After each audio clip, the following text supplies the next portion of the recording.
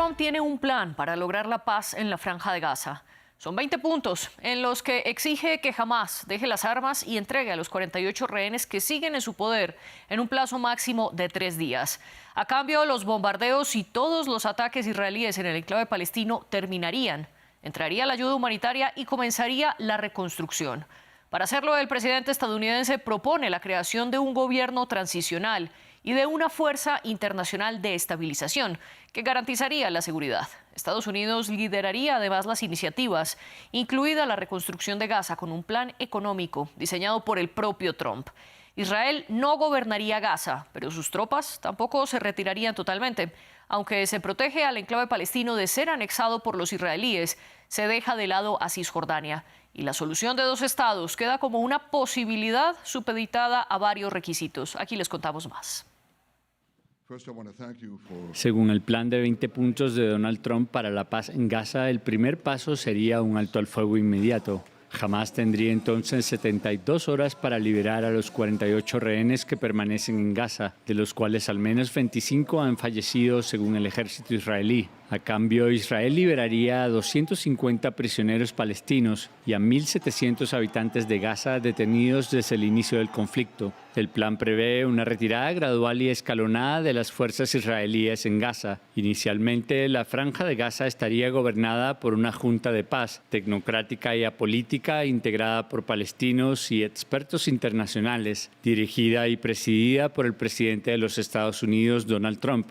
El ex primer ministro británico Tony Blair también desempeñaría un papel en esta organización. Se prohibiría a Hamás desempeñar cualquier función en el gobierno de Gaza, mientras que los miembros de Hamás se beneficiarían de una amnistía si depusieran las armas y aceptaran coexistir pacíficamente con Israel. El marco incluye también planes para invertir en Gaza y reconstruir el territorio devastado. Tan pronto se firme el texto, se restablecerá el acceso a la ayuda humanitaria, supervisada por organismos como las Naciones Unidas y la Cruz Roja Internacional.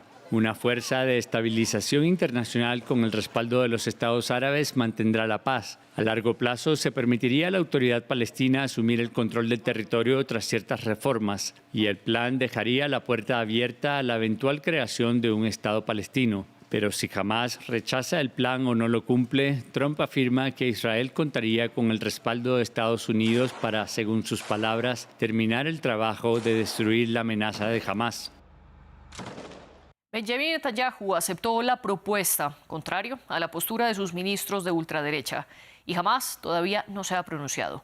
Esto fue lo que dijo el primer ministro israelí. Your plan is consistent with the 5 principles my government set for the end of the war and the day after Hamas. Su plan es coherente con los 5 principios que mi gobierno estableció para el fin de la guerra y el día después de Hamas. Todo el mundo pregunta, ¿cuál es tu plan para el día después de Hamas? Aquí está nuestro plan. Pásalo en el gabinete. Todos nuestros rehenes, tanto los que están vivos como los que murieron, regresarán a sus hogares de inmediato. Hamás será desarmado. Gaza será desmilitarizada. Israel conservará la responsabilidad de la seguridad, incluido un perímetro de seguridad para el futuro previsible.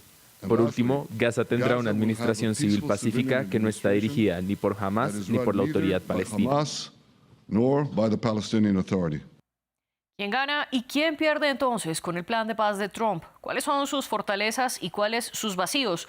Es lo que discutimos en el debate de France 24. Yo soy María Clara Calle y le doy la bienvenida a nuestros 2 invitados de hoy. Desde Madrid, España, se conecta con nosotros Lucas Martín.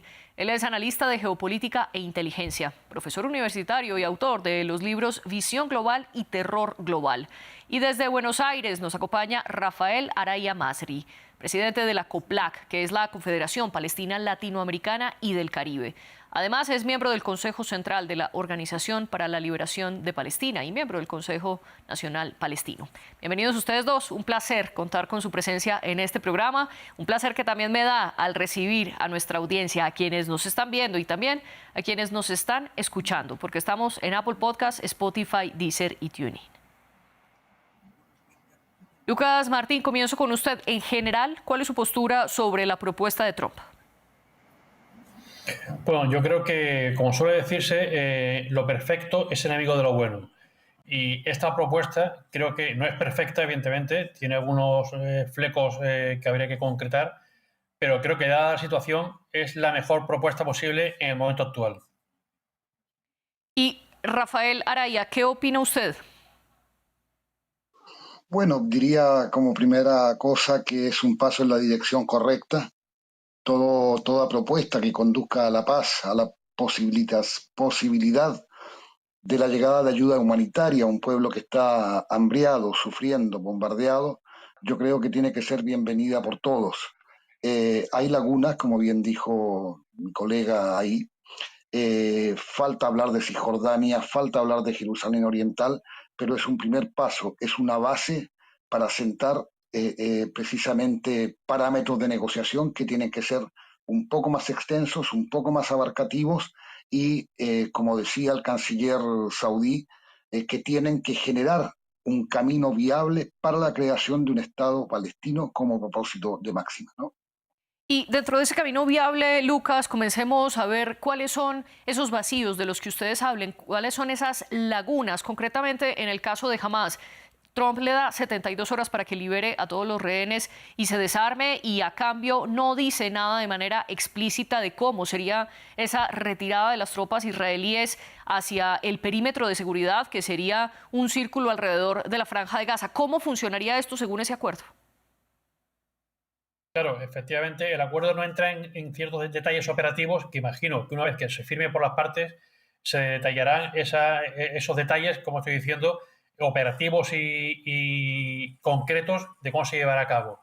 Lo que es evidente es que Hamás es un grupo terrorista reconocido por todo el mundo y se está ofreciendo una oportunidad no solamente de poner las armas y acabar con esta situación, sino además de que todos aquellos miembros que así lo decidan podrán buscar exilio o refugio en otro sitio. Es decir, se está dando la oportunidad de retirarse y de conservar, pues incluso la vida, ¿no? Para un grupo terrorista como es Hamás, creo que es una oferta bastante generosa. Usted dice que es una oferta generosa, sin embargo, el portavoz de Hamás le dijo a la agencia Reuters que ellos no pretendían abandonar el territorio especialmente para que otras fuerzas extranjeras lo gobernaran y que los palestinos eran suficientemente capaces de gobernar Gaza. ¿Qué opina usted, Lucas, al respecto? Claro, es que el problema de fondo es que quien ha sido realmente rehén de Hamás durante todo este tiempo, de Hamás durante todo este tiempo, ha sido el pueblo palestino, ha sido Hamás quien lo ha tenido subyugado. Entonces, evidentemente, Hamás, que está muy tocada y está con muchas dificultades, está viendo que va a perder la única cuota de poder que tiene. Hay que recordar que no lleva sin convocar elecciones, si no recuerdo mal, desde el año 2004. Igual me equivoco la fecha, pero una fecha similar. Por lo tanto, Hamás lo que no quiere es salir de la ecuación. Pero está claro que si se quiere obtener la paz en la región, un grupo como Hamás y como fue en su momento Hezbollah tienen que salir de la ecuación. Sin ese movimiento no habrá paz en la región. Rafael, la única salida posible es que Hamás deponga las armas y deje de existir como un grupo armado. Yo estoy de acuerdo con que Hamás tiene que deponer las armas. Es decir, fue uno de los reclamos que hizo el propio presidente Mahmoud Abbas, tanto en la declaración de hoy como ante la Asamblea de la ONU. Entonces creo que esa es una cuestión que tiene que ser llevada a cabo en algún momento. Ha sido la gran discrepancia histórica entre Hamás y la Organización para la Liberación de Palestina, cuando la OLP decidió transitar una vía pacífica, una vía de negociación, una vía que privilegie el diálogo, y Hamás siempre, incluso después de las conversaciones realizadas en China, que están encaminadas, nunca ha cedido a la posibilidad de abandonar las armas. Entonces, en mi modo de ver, Hamás tiene que transformarse en un partido político que sea parte de la OLP como único y legítimo representante del pueblo palestino. Pero yo vuelvo a repetir lo que dije al comienzo. Esto es un punto de partida. Faltan las indicaciones de implementación, falta el abordaje de lo que va a pasar en Cisjordania, de lo que va a pasar en Jerusalén Oriental. Y respecto de las elecciones, yo quiero ser muy claro, la autoridad palestina, el gobierno del presidente Abbas tenía todas las intenciones, incluso elaboró una nueva ley electoral para llevarla a cabo, pero Israel impidió que se considerara a los palestinos de Jerusalén Oriental como electores, es decir, se les prohíbe votar. y que no voten ellos significa renunciar de hecho o hacer una concesión en el sentido del reconocimiento de que toda la ciudad de Jerusalén pertenecería al Estado de Israel, como dice Netanyahu, capital única e indivisible del Estado de Israel. Y eso no es así porque en apego a la ley internacional, la parte oriental de Jerusalén está destinada a ser la capital de un futuro Estado palestino, ¿no? Más adelante vamos a profundizar un poco más en la situación de Jerusalén Este y de Cisjordania, pero antes, Rafael, quiero que pongamos otra vez los ojos sobre Gaza. Usted dice que esperaría que Hamás se convierta en un partido político. Sin embargo, el plan de Trump dice que Hamás nunca gobernaría la Franja de Gaza y dentro de las ecuaciones de un gobierno transicional, Hamás no hace parte de esta propuesta. Y por su parte, el grupo islamista dice que primero Israel tiene que abandonar toda la Franja de Gaza y que se terminara la ocupación israelí para ellos deponer las armas. Rafael, según usted, ¿qué debería ocurrir primero y qué opina usted del hecho de que Hamás no gobernaría la Franja de Gaza según el plan de Trump? Yo creo que el propio Hamás manifestó en un momento que ellos estaban dispuestos a no participar de la gobernanza de Gaza. Por lo demás, el ofrecimiento de esta iniciativa de paz ofrece la posibilidad de salir bajo protección a la dirigencia de Hamás al exilio fuera del territorio de Gaza, pero que dará una gran cantidad de simpatizantes de Hamás dentro de la población civil que tienen el perfecto derecho de organizarse. Es decir, eso es innegable si hablamos de la creación de un Estado democrático y pluralista y no solamente construir una entidad que siga solo los lineamientos de Estados Unidos e Israel. No nos olvidemos que en esto se juegan otras cosas más de fondo también. En esto se juega la supervivencia política de Benjamín Netanyahu, que huye hacia adelante prolongando la guerra, que huye hacia adelante para no perder el poder político en el país, porque recordemos que está sometido a 3 juicios por corrupción y que las masivas protestas que ya se desarrollaban desde principios de 2023 en Israel y antes le exigían la renuncia por intentar modificar el poder judicial en el Estado de Israel. Entonces no es solamente lo que pasa con Palestina, en la propia situación política del primer ministro, de su coalición de gobierno que está debilitada también por varias discrepancias, que no es una cuestión que atañe a los palestinos, pero que sí juega un papel y sí juega en el condicionamiento de la paz, porque Netanyahu, que es un mentiroso consuetudinario, siempre va a tener una excusa para seguir adelante con la violencia y seguir adelante con este genocidio, a menos que las grandes potencias decidan de una vez asumir medidas coercitivas que obliguen a Netanyahu y al gabinete israelí, al gobierno israelí, a sentarse seriamente en una mesa de negociaciones y que esto no aparezca como una dádiva, sino como un verdadero compromiso de paz y compromiso con el futuro de Palestina. A propósito de esa presión política que está sufriendo dentro de Israel el primer ministro Benjamin Netanyahu, el ministro de Finanzas Bezalel Smotrich, justo antes de que Netanyahu se reunieran con Trump en la Casa Blanca, trazó cuáles eran sus líneas rojas, partiendo del hecho de que para él y para el ala ultraderecha de Israel son los israelíes los encargados de garantizar su propia seguridad. Dice que ningún documento es suficiente ya que los gobiernos son cambiantes y lo que hoy se pacte mañana podría incumplirse. Y después del acuerdo, el mismo Smotrich dijo que el pacto o el tratado que proponía Trump le daba la espalda a las lecciones aprendidas del 7 de octubre y lo rechazó totalmente diciendo que Israel no se haría cargo entonces de la seguridad en Gaza. Lucas, ¿qué opina usted al respecto? Bueno, en primer lugar, quiero resaltar que estoy totalmente de acuerdo con lo que acaba de decir don Rafael sobre la posición de Netanyahu y cómo está prolongando en cierto modo artificialmente este conflicto porque le va supervivencia en el poder, porque en el momento que esto acabe y Netanyahu deje el poder, va a tener que enfrentar unos juicios bastante serios. Dicho esto, eso que usted está diciendo demuestra, como también ha dicho don Rafael, la división que hay dentro del propio gabinete de Netanyahu. Pero no dejemos de lado que el primer ministro israelí ha estado de acuerdo con este pacto, lo ha firmado, y quien únicamente falta por firmarlo es Hamás. Y tampoco podemos dejar de lado que todos los países, no voy a decir países árabes, todos los países musulmanes de la región y no de la región, como por ejemplo Indonesia, se han mostrado de acuerdo y a favor de este pacto. con lo cual está dejando a Hamás en una posición totalmente aislada del resto del mundo. Incluso Qatar está de acuerdo, lo cual, por cierto, me lleva a recordar cómo quizás ese obstáculo que eran la cúpula dirigente de Hamás fue eliminada en territorio catarí, y eso me despierta ciertas dudas sobre si Qatar no estaba al tanto de lo que iba a pasar, porque era un elemento necesario para poder llegar a este pacto, que lleva mucho tiempo redactándose, y al final lo que deja es la pelota, como suele decirse, en el tejado de Hamás, y Netanyahu ha hecho una jugada en la que, digamos, pase lo que pase, él ya no va a quedar como el malo, porque si esto no va adelante, va a ser porque Hamás se niega a firmar el pacto. Lucas, uno de los puntos del acuerdo de Trump es que las tropas de Israel permanecerán en una parte de la Franja de Gaza en lo que se denomina como perímetro de seguridad. Es decir, no estarán en todo el enclave palestino, sino en cierta franja para garantizar la seguridad de los propios israelíes. Sin embargo, Hamás ha dicho que todas las tropas de Israel se deben retirar por completo de la Franja de Gaza. ¿Qué opina usted?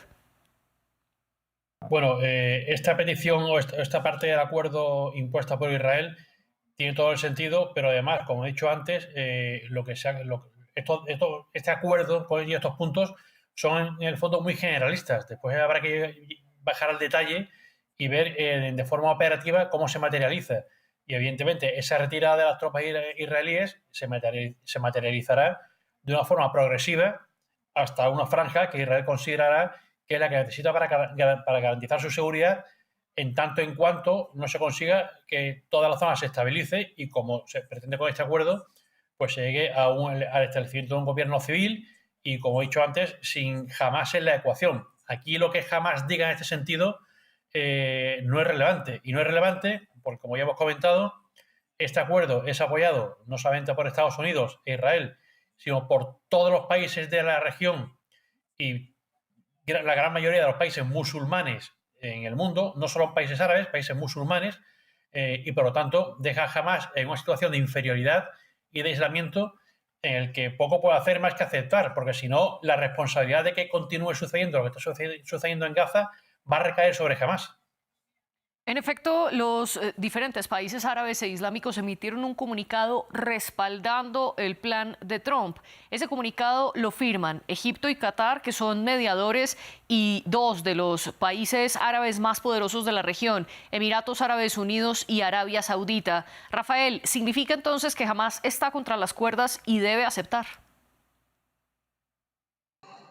Yo creo que finalmente eso va a ser así, o sea, se va a dar como un proceso natural proceso de pacificación, pero yo creo que esto es un punto de inicio, esto es un comienzo, esto es una base para discutir también todo lo que concierne a Palestina e Israel, es decir, porque Palestina no comienza ni termina en Gaza, es una parte del conflicto. No olvidemos que Israel ha utilizado Gaza como una cortina de humo para seguir derribando casas, quemando sembradíos, matando ovejas palestinas de pequeños productores, de pequeños pastores, y sigue con un proceso de represión terrible en todo el territorio palestino ocupado, tanto en la Cisjordania como en Jerusalén Oriental. Es decir, se está violando todo nuevamente y aplicando todo lo que se pueda en contra de la Cuarta Convención de Viena, que prohíbe la transferencia de población, y las colonias son todas ilegales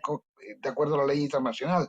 Yo creo que en Gaza estamos ante una verdadera hoja de ruta de lo que puede acontecer en el territorio, pero donde cada uno tiene algo para decir. Yo creo que lo que sí sale de la ecuación, como bien decía Lucas, es Hamás, pero también pensando en que es la dirigencia de Hamás, a quien incluso, como decía anteriormente, se le han ofrecido las garantías para ir a terceros países, pero va a quedar simpatizantes de Hamás, simpatizantes políticos de Hamás, y muchos de ellos que tal vez no comparten los métodos.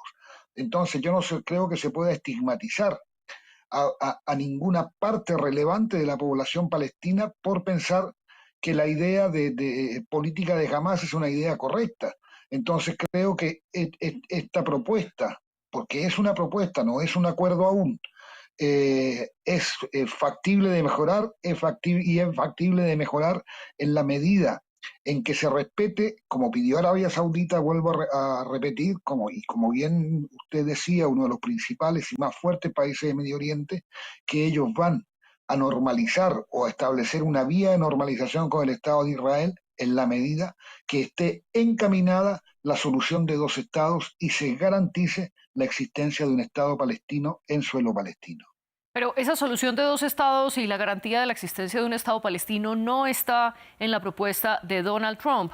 El presidente estadounidense dice que para reconocer un Estado palestino, primero la autoridad palestina debe ser sometida a una clase de reformas y se debe ejecutar el plan que él tiene sobre la mesa. Además, Rafael, usted hablaba de la ocupación en Cisjordania, que según cifras de la propia ONU ha aumentado desde el 7 de octubre del 2023, cuando comenzó la guerra entre Israel y Hamás en la Franja de Gaza. Quiero preguntarle, Lucas, al respecto, ¿por qué el acuerdo sí dice que Israel no va a anexar Gaza, pero no menciona nada de Cisjordania, sabiendo que hay ministros y que han propuesto anexarse Cisjordania? Bueno, vamos a ver, como bien dice Rafael, esto son las bases para un desarrollo futuro de la región. Aquí estamos sentando las bases y si esto funciona, seguramente estemos asistiendo a un momento histórico porque será el comienzo de la pacificación de una región que lleva convulsa y en guerra pues décadas, ¿no? No podemos olvidar una cosa, y lo pensaba cuando hablaba antes Rafael. Este acuerdo, si va adelante, saca de la ecuación a Hamás, pero ojo, también saca de la ecuación a Netanyahu, que en cuanto esta guerra acabe, en Israel va a haber un movimiento político y Netanyahu va a salir del gobierno seguramente. Entonces, digamos que saca de la ecuación a los dos elementos más beligerantes y que más trabas pueden poner en un momento dado para un acuerdo de mayor calado. También quiero resaltar aquí algo que no sé si lo he comentado antes, pero que el hecho de que Qatar, después de un ataque israelí en su suelo, esté firmando esto, esté de acuerdo con este posible pacto, demuestra que si no conocía o si no permitió directamente el ataque sobre su territorio para eliminar a esos líderes de Hamás, hizo la vista gorda porque sabía que estos líderes eran un escollo para llegar a este punto. Entonces yo creo que aquí es mucho más importante quizás lo que no estamos viendo y lo que no se ve y no se oye que lo que nos han puesto por delante. Entonces hay que estar atentos a esos movimientos traseros, pero ya digo, no olvidemos que este acuerdo saca de la ecuación a Hamás, saca también de la ecuación a medio plazo a Netanyahu y evidentemente abre el camino hacia la única solución viable del modo que sea, que es la solución de los dos estados. Eso es evidente. Rafael, ¿usted está de acuerdo con Lucas? ¿Este acuerdo de Trump o esta propuesta de Trump está sacando de la ecuación a Hamás y a Netanyahu? Yo creo que sí también. Es decir, yo creo que Trump menos que nadie ignora la situación de Netanyahu en el cuadro político interno israelí. Es decir, si nos vamos a los ultraortodoxos que se niegan a hacer el servicio militar, nos vamos a las familias de los rehenes que están manifestando a diario, nos vamos incluso, han llegado a reunirse 40.000 manifestantes israelíes en Tel Aviv exigiendo el fin de la guerra y portando fotografías de niños palestinos. Entonces, Netanyahu esto, digamos, no lo puede llevar gratis. Aparte, mientras no se levante la orden de captura, la orden de arresto de Netanyahu por parte de la Corte Penal Internacional, él seguirá siendo un criminal de guerra prófugo para todo efecto legal. Y no nos olvidemos de una frase que repitió 4 veces en un mismo día Donald Trump. Dijo, Israel no anexará Cisjordania. Es decir, se despeja de alguna manera la aprehensión palestina y árabe, porque también los países árabes reconocieron que la anexión de Cisjordania iba a ser, digamos, iba a traer medidas gravísimas en contra del Estado de Israel por parte de los países árabes. Es decir, hay mucho en juego de esto. Y la no anexación, decía, posibilita precisamente con mayor o menor dificultad la realización, digamos, de la tesis de los dos estados, un Estado palestino y israelí conviviendo en paz y seguridad. Y ese yo creo que es el meollo del asunto y que yo creo que es a lo que tendrá que tender todo el futuro de la política, no solamente de Palestina, sino, en Oriente Medio, internacional, por supuesto. Usted antes decía, Lucas, que esta propuesta de Donald Trump está abriendo la puerta para la solución de 2 estados, pero quiero preguntarle si en efecto así se interpreta de esa propuesta de Trump, porque el punto 19 de los 20 que plantea dice esto de manera explícita. A medida que avanza el desarrollo de Gaza y se ejecuta finalmente el programa de reforma de la Autoridad Palestina, es posible que finalmente se den las condiciones para una vía creíble hacia la autodeterminación y la creación de un Estado palestino que reconocemos como la aspiración del pueblo palestino. Eso de que condiciona que el Estado palestino y su creación es posible, no está dejando de lado que en efecto Estados Unidos está defendiendo una solución de los 2 estados, es decir, ¿no está dejando todo un poco más ambiguo, Lucas? No, al revés. Yo creo que lo que hay que mirar, como he dicho antes, lo que no se lee, ¿no? Y está, como usted dice, dejando abierta esa posibilidad. No la está cerrando ni mucho menos. Evidentemente, la condiciona a que se den las situaciones de estabilidad y de seguridad que permitan llevar a cabo esa acción. Que, como le repito, creo que es una de las pocas cosas en la que la comunidad internacional es prácticamente unánime, es la única solución viable a la región. Solamente por apuntar otra cosa que no se menciona, pero que es el trasfondo de todo esto. Todo esto se inicia con el ataque por parte de Hamás el 7 de octubre, que tenía una finalidad muy clara. Y entre otras cosas era dinamitar los famosos acuerdos de Abraham firmados anteriormente por Trump con Israel y Israel con varios países musulmanes de la región. Esos acuerdos tenían como consecuencia inmediata dejar aislado al régimen iraní. Irán, que era precisamente quien financiaba y quien adiestraba y quien manejaba los proxies como Hezbollah y Hamás. Entonces, este acuerdo, entre otras cosas, puede reactivar esos acuerdos de Abraham, hacer que más países se adhieran, unos acuerdos que todo el mundo coincidió y que son beneficiosos para la región, y puede conseguir algo muy importante y es la clave en esa región, y es terminar de aislar al régimen iraní del resto de países de la zona, porque al fin y al cabo el elemento discordante o el elemento causante de problemas en la región es Irán, que es el que ha estado instigando y moviendo a estos grupos proxies que está utilizando. Entonces yo creo que este acuerdo hay mucho más detrás de él de lo que nos podemos imaginar. Y se aísla también, Rafael, a la autoridad palestina en este acuerdo de Trump, y se lo pregunto porque lo que está proponiendo el presidente estadounidense es que el gobierno que tiene control en Cisjordania no tenga un control político ni administrativo sobre la Franja de Gaza, al menos no en el corto plazo. ¿Lo está sacando también de la ecuación? No, no lo saca de la ecuación, posterga su inclusión, digamos. Es decir, cuando el acuerdo habla de la necesidad de reformas en la autoridad palestina, tiene que ver con lo que yo decía antes. Es decir, el presidente Abbas, el gobierno palestino, hoy en su declaración sobre los acuerdos, habla precisamente sobre la construcción de un Estado laico, pluralista y democrático. Y para eso se están sentando las bases a través de una Comisión Nacional Electoral, a través del Consejo Nacional Palestino, el Poder Legislativo, del cual formo parte. Además, donde se han sentado las bases para llevar adelante una consulta democrática y una elección de autoridades de manera absolutamente transparente. Yo les recuerdo que en el año 2006, cuando las elecciones las ganó Hamás con Ismail Haniyeh a la cabeza, fueron elecciones supervisadas por la Fundación Jimmy Carter, por la Unión Europea, y fueron elecciones realizadas bajo ocupación que fueron absolutamente transparentes. Pero ¿qué pasó? Nadie aceptó a Ismail Haniyeh como primer ministro, ni Europa ni Estados Unidos, que cortaron en ese minuto toda ayuda económica a Palestina y metieron a Palestina en una situación dramática de sobrevivencia por la carencia absoluta de recursos. Es decir, también tendremos que convenir que los países poderosos, los países centrales, no pueden decir apoyamos a un gobierno si nos gusta y si no nos gusta no lo apoyamos. Entonces tendrá que ser respetuosa también la comunidad internacional, que el día que vote el pueblo palestino, quien salga electo democráticamente en elecciones limpias, transparentes e informadas, sea respetado y se le permita ejercer el poder por mandato del pueblo, no es otra cosa. Y mientras ocurren esas elecciones, la idea que tiene en mente Donald Trump es que haya un gobierno de transición liderado por lo que el plan llama tecnócratas, que pueden ser palestinos y también otros extranjeros. Y a su vez, ese gobierno transicional estaría supervisado por un Consejo de Paz o una Junta de Paz que estaría liderada por el propio Trump. Y el presidente estadounidense propone además al ex primer ministro británico Tony Blair. Lucas, ¿por qué Blair entra en toda esta ecuación?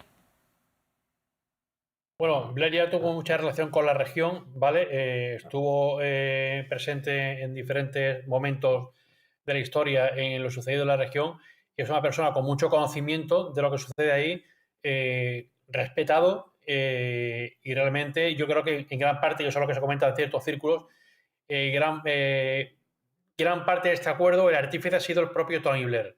Después, el hecho de que Donald Trump se autonombre como, digamos, supervisor de este acuerdo, de lo que suceda después, es un poco entrar dentro de esa manía que tiene Trump de ser el protagonista en todo lo que hace o pretender que su hombre aparezca en todas partes, ¿no? Pero realmente no creo que vaya a tener un papel relevante y creo que el peso de todo esto lo va a llevar efectivamente Tony Blair. Y muy brevemente, Rafael, ¿la figura de Blair puede llegar a consensos o genera más divisiones, sobre todo por parte de los palestinos? Bueno, los árabes no nos olvidamos de la foto de las Azores, ¿no? Entre Tony Blair, José María Aznar y el expresidente George W. Bush. Sabemos lo que significa, sabemos que él está contratado por el Estado de Israel para realizar gestiones ante la Unión Europea. Entonces volvemos a caer en la cuenta del mediador que no es del todo honesto, digamos. Él toma partido, él ha tomado partido en este lugar. Entonces, bueno, si hay que comenzar con eso, comencemos con eso, con los tecnócratas, es decir, no desaprovechar esta oportunidad de parar la masacre en Gaza. Eso yo creo que es el punto central al que debemos apuntar, detener la masacre y que pueda el diálogo, la comunidad internacional, los países islámicos, los países árabes, la Unión Europea, China, vigilar un proceso, digamos, que puede conducir a una paz real y definitiva con la creación de un Estado palestino conviviendo con Israel en la tesis de los dos estados. Entonces, démosle esta oportunidad a la paz, incluido Tony Blair, si tú quieres, pero creo que es importante que esto comience de una buena vez. Hay demasiado sufrimiento para detener, hay demasiadas víctimas que consolar y hay demasiadas heridas en un pueblo que de 2 años a esta parte solo ha conocido el dolor y el sufrimiento. Ustedes dos coinciden entonces en que es un buen inicio y es una buena oportunidad para comenzar este acuerdo. Lucas, en menos de un minuto, con todo esto, ¿el que más está ganando es Estados Unidos? No, yo creo que con todo esto el que más está ganando es el pueblo palestino, el pueblo israelí y la región en general, porque como hemos coincidido los dos, estamos abriendo la puerta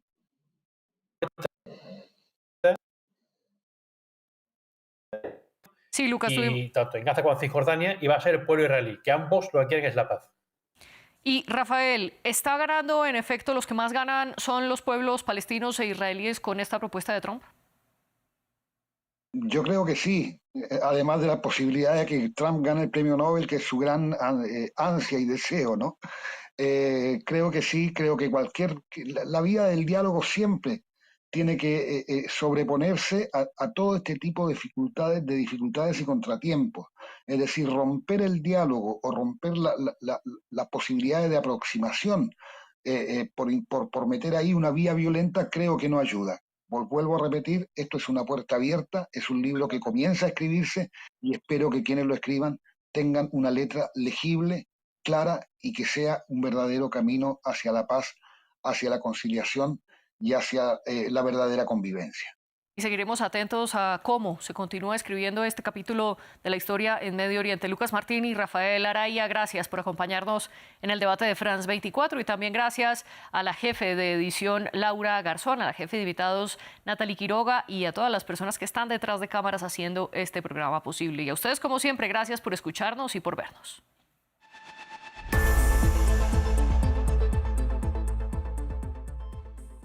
Recorra una región en constante evolución.